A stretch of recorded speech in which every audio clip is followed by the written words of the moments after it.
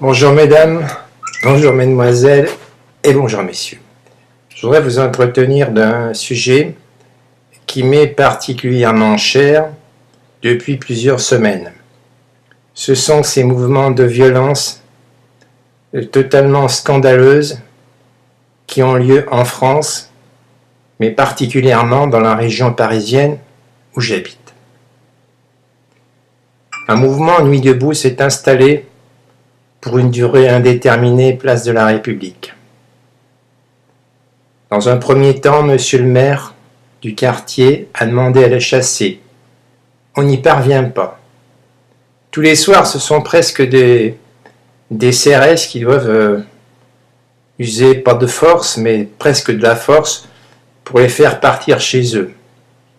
Les CRS sont insultés, les CRS sont raillés, et autant pour les gendarmes.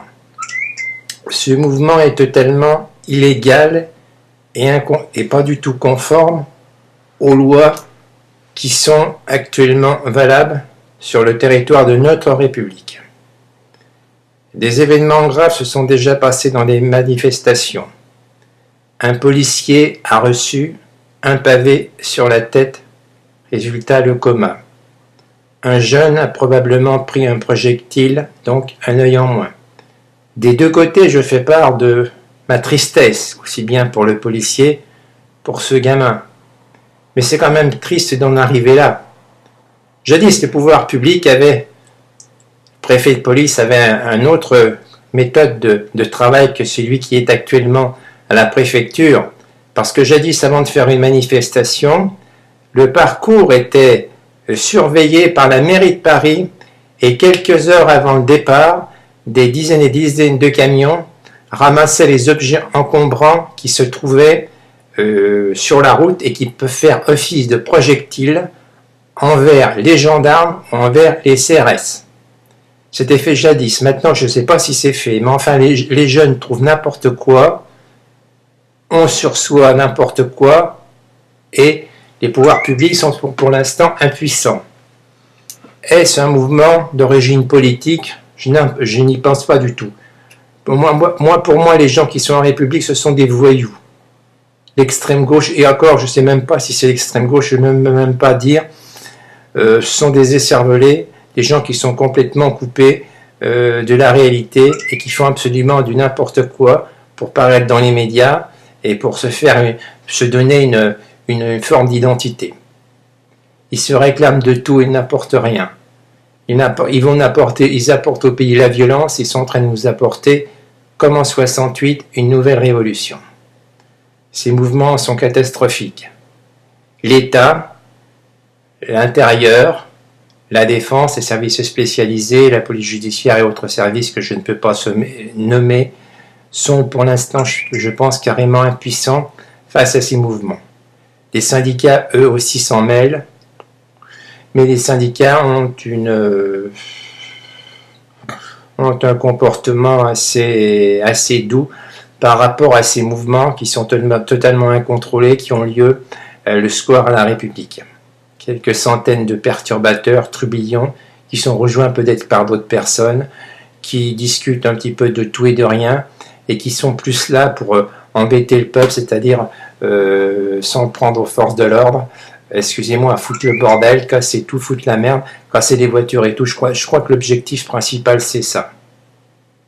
On veut faire céder des ministres, on veut faire céder un petit peu n'importe quelle personne en utilisant la force et la violence. Ces mouvements sont inadmissibles, parce que jusque-là, il y a eu des pavés de sortie. Monsieur le préfet, il oublie simplement une chose, c'est qu'un jour, c'est pas des cocktails Molotov qu'ils auront un jour. Il y a des jeunes qui vont se pointer de banlieue d'ailleurs, ils auront un revolver et puis ils vont tirer dans le temps. Et le jour qu'il y aura eu des accidents très graves avec des balles qui vont partir, là ça va être autre chose. J'appelle la France à prendre ses responsabilités vis-à-vis des événements excessivement graves qui se passent sur notre territoire français. Et j'espère que demain tout va se passer dans le calme absolu. Et il faut aussi faire prendre conscience que ces jeunes ont une famille, alors que les familles les raisonnent, qu'elles leur empêchent de venir faire la merde et provoquer des incidents. Parce que pour moi, c'est pas de la politique, ça. Ce sont des jeunes qui sont anti-flics, anti-police, anti-gendarmerie. Parce qu'ils ne combattent pas pour la politique, eux. C'est des gens qui sont contre les forces de l'ordre, qui sont contre les lois, ils veulent monter leur propre dictature, ils veulent instituer en France leur propre dictat. Ça, c'est du négatif. Je soutiens un commun accord l'ensemble des forces de police, des CRS, des gendarmes, la préfecture de police, l'intérieur, la défense et la préfecture, ainsi que certains services spécialisés que je ne peux citer, dans la lutte qu'ils sont en train de mener. Mais je me demande s'il y aura bientôt assez d'hommes pour pouvoir maintenir la France en état de paix et en état de quiétude absolue. Je me pose vraiment la question. Si un jour on ne va pas être obligé de faire appel aux réservistes de l'armée, parce que demain on est le 1er mai, alors si demain ça continue comme ça fait il y a quelques jours, je veux dire que ça ne va pas être beau à voir.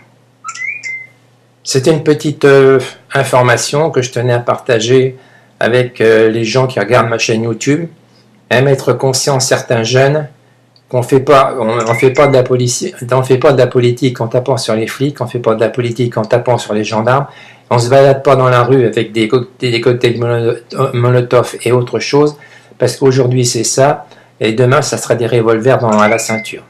Au revoir mesdames, mesdemoiselles, messieurs, et j'espère que vous prendrez conscience que cette vidéo est importante et qu'elle peut sauver des vies.